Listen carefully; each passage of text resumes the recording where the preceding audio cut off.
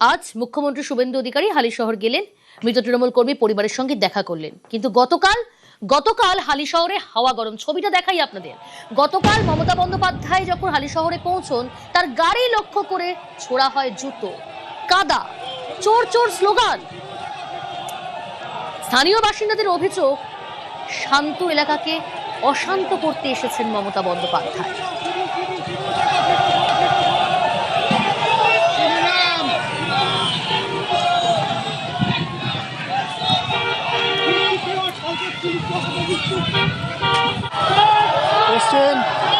প্রাক্তন মুখ্যমন্ত্রী মমতা বন্দ্যোপাধ্যায়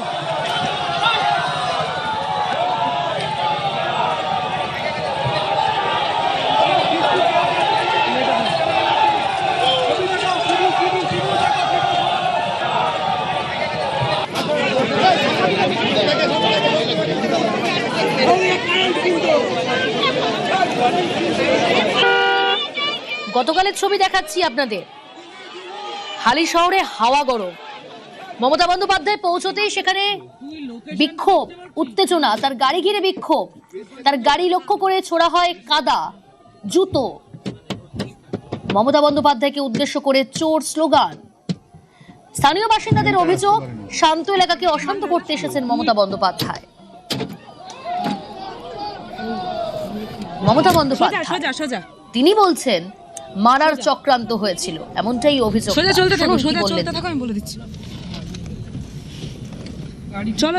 চলো রাস্তায় বিজেপিকে জোগাড় করে এখানকার লোকাল আইসি যিনি এই হত্যাকাণ্ডের ঘটনায় ইনভলভ, তিনি নিজে বাইরে থেকে বিজেপি তারা আমাদের গাড়িতে অশ্রাব্য গালিগালাজ এবং এত বড় বড় ইট মেরেছে। মাথা ফাট যাতা, हम लोग सब मर जाता। নিন্দা করছি, ধিক্কার জানাচ্ছি। গতকাল পুলিশকে জানিয়ে আসেননি মমতার বিরুদ্ধে অভিযোগ মুখ্যমন্ত্রী।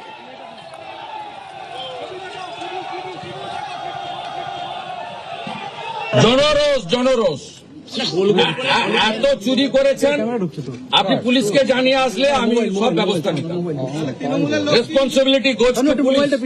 আপনি পুলিশকে জানিয়ে আসেননি, আপনি কল্যাণ ব্যানার্জি আর দোলা সেন ছাড়া কাউকে বলেননি। আপনি you are holding Z plus category. আপনি যখন যেখানে যাবেন প্রায়র পুলিশকে বলবেন you should inform police properly because you are holding Z plus category still. আপনি জানিয়ে আসেননি, তার রেসপন্সিবিলিটি ডিজিপি বা পুলিশ মন্ত্রী নেবেন।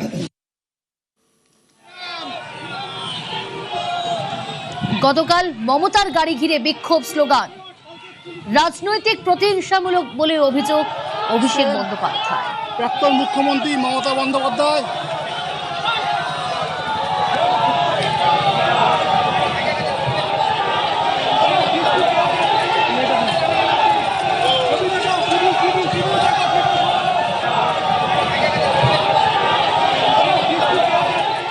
গতকালের যে ঘটনা ঘটেছে পুরোপুরি স্টেট স্পন্সার্ড এবং রাজ্য সরকারের সম্পূর্ণ মদত এই ঘটনার পিছনে না থাকলে কারো সাহস হয় না।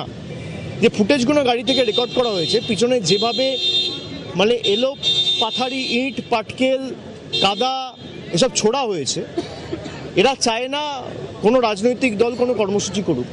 আর এখন যারা বিরোধী দলের তকমা পেয়েছে তারা তো আমি দেখলাম না গত 2 মাসেও তকমা পাওয়ার পরেও বিজেপির কোনো রাজনৈতিক নেতার বিরুদ্ধে কোনো আক্রমণ, কোনো একটা সাংবাদিক বৈঠক করে আক্রমণ করে দুটো ন্যায্য প্রশ্ন বা দাবি, মানুষের দাবি নিয়ে সরবতি। তারা আক্রমণ করছে তৃণমূল কংগ্রেসকে, তারা আক্রমণ করছে মমতা বন্দ্যোপাধ্যায়কে, তারা আক্রমণ করছে আমাকে, তারা আক্রমণ করছে এখনো যারা তৃণমূল কংগ্রেসকে ভালো করে ভালোবেসে দলটা করছে তাদের। এই বিজেপি আর বিজেপির বি টিম মিলে বাংলাটাকে শেষ করেছে। মমতার পাশে দাঁড়িয়ে সরব অখিলেশ যাদব। बहुत दुखद है लोकतंत्र में इस तरह की घटना होना। जो इतनी सीनियर लीडर हैं, मुख्यमंत्री रही हैं वहाँ की, और उसके बाद उन पे हमला हो जाए और जिस तरह का व्यवहार हो रहा है, अगर सरकार करवा रही है तो ये बहुत निंदनीय है, क्योंकि ये सरकारें तो आती जाती हैं, किसी को अपमानित आप कैसे कर सकते हैं। वो भी चुनी हुई मुख्यमंत्री थी, आज नहीं है सरकार में तो बहुत ज्यादा फासले से नहीं हारी हैं। सेंट्रल फोर्स नहीं लगा होता तो शायद वो चुनाव नहीं हारती। ये सिक्योरिटी मिलनी चाहिए उनको और सरकार की जिम्मेदारी उनकी सुरक्षा का इंतजाम करे। 2018 পঞ্চায়েত ভোটের পর বিজেপি কর্মীদের উপর হামলার অভিযোগ। তখন তৃণমূল সরকার কি করেছিল? প্রশ্ন সুকান্ত। আসল পরিবর্তন এখন হয়েছে, মন্তব্য কেন্দ্রীয় মন্ত্রী সুকান্ত মজুমদারের।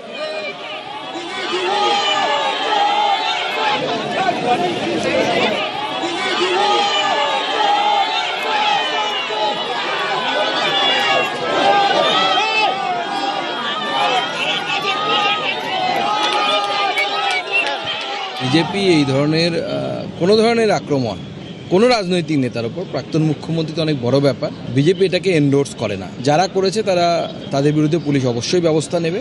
আমাদের প্রশাসন একটি সেন্সিটিভ প্রশাসন। যে ঘটনার ভিত্তিতে প্রাক্তন মুখ্যমন্ত্রী ওখানে গেছিলেন, বর্তমান মুখ্যমন্ত্রী শুভেন্দু অধিকারী মহাশয় তার উপরে স্টেপ নিয়েছেন, পরিবারকে আর্থিক সাহায্য করেছেন, এবং শুধু তাই নয়, তাকে সেখানে জুডিশিয়াল এনকোয়ারির কথা উনি বলেছেন। আমার প্রশ্ন হচ্ছে, 18 সালের পঞ্চায়েত নির্বাচন থেকে বিজেপির কর্মীদের নিধন শুরু হয়েছিল, নিধনযজ্ঞ শুরু করেছিল তৃণমূল কংগ্রেস। কটি ক্ষেত্রে তৃণমূল কংগ্রেসের তৎকালীন সরকার এই ধরনের পদক্ষেপ নিয়েছিল। এটাই হচ্ছে পরিবর্তনের সরকার, আসল পরিবর্তন এখনই হয়েছে।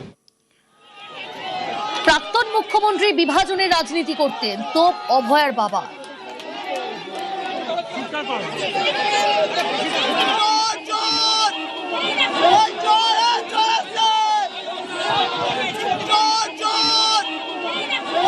সরকার হচ্ছে যিনি প্রধান থাকেন, তাকে সমস্ত সাধারণ লোককে তার নিজের মনে করে দেখতে হয়। কিন্তু আমাদের প্রাক্তন মুখ্যমন্ত্রী মমতা ব্যানার্জি দল জাত এই সমস্ত বিভাজন করে দেখতেন। যখনই জনপ্রতিনিধি তার মানুষের জন্য খারাপ কাজ করবেন, তার জবাব মানুষই তাকে দিয়ে দেবে। সেই কারণে উনি তো আজকে ছিন্ন ভিন্ন হয়ে গেছেন। খুব তাড়াতাড়ি ওনার দল উঠে যাবে।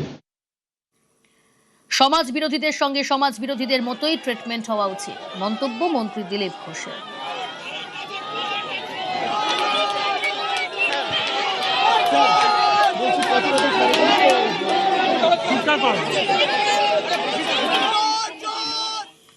আমি তো ইট খেয়েছি, আমার গায়ে এখনো দাগ আছে, আমার গাড়ি কতবার ভেঙেছে। আমরা তো সহ্য করে এসেছি। সেখানে যারা হাই তোবা করছে তারা হচ্ছে সবচেয়ে বড় ক্রিমিনাল, যারা টিএমসির অত্যাচার নিয়ে কোনোদিন মুখ খোলেনি, কাপুরুষের দল।